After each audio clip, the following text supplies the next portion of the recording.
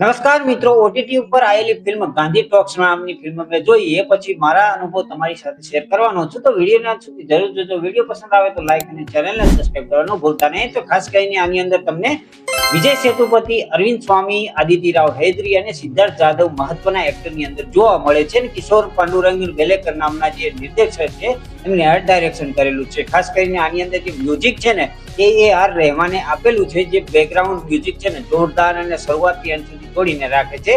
Music કેમ જરૂરી છે તો એની પાછળનું કારણ તમને કહું તો આ છે ને એક સાયલેન્ટ ફિલ્મ છે જેની અંદર એક પણ જાતનો ડાયલોગ જોવા નથી મળતો.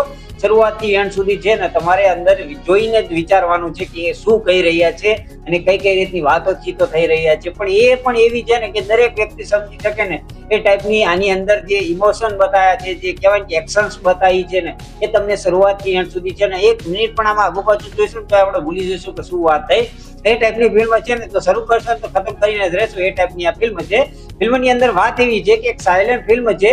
આની અંદર કોઈ જાતનો ડાયલોગ જોવા નથી મળતો. પણ મહાદેવ નામનો યુવાન છે નોકરીની શોધ કરતો હોય છે, પણ રિશ્વતના કારણે છે ને એને ના પાડી દે છે. અને ખાસ કરીને તે અમીર વ્યવસાયી હોય છે જે અરવિંદ સ્વામી અને કહેવાય ને પોકેટમાર હોય છે. એ બંનેની મુલાકાત થાય છે. એ પછી જે પૈસા, લોભ, ભ્રષ્ટાચાર અને માનવીય મૂલ્યો પર ડાર્ક સેટાયર ફિલ્મ છે જેની અંદર મજાક કરવામાં આવે છે ને જે જોરદાર જોવાની મજા આવે છે.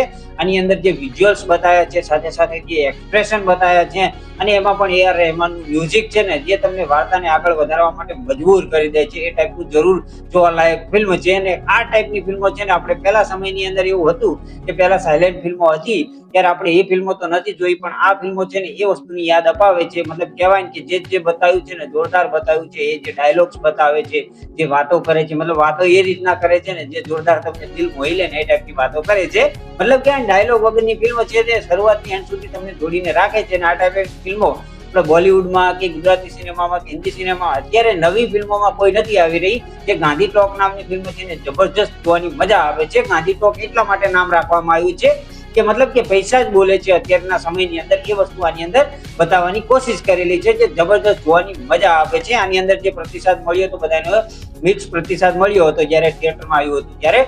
ઓટીટી ઉપર આવ્યા પછી મને લાગ્યું કે આ ફિલ્મ ઓટીટીમાં નહીં પણ થિયેટરમાં જોવા લાયક હતી, જે મેં મિસ કરી દીધું છે. જેને મિસ કરી હોય ને તો એમને હું જરૂર કહીશ કે આ ફિલ્મ તમે એક વખત જરૂર જોવો. વિડીયો પસંદ આવ્યો હોય તો લાઈક કરવાનું ભૂલતા નહીં, ચેનલને સબસ્ક્રાઇબ કરવાનું ભૂલતા નહીં. તો મળીએ છીએ આવતા વિડીયોની અંદર. ત્યાં સુધી બધાને જય શ્રી કૃષ્ણ અને જય માતા.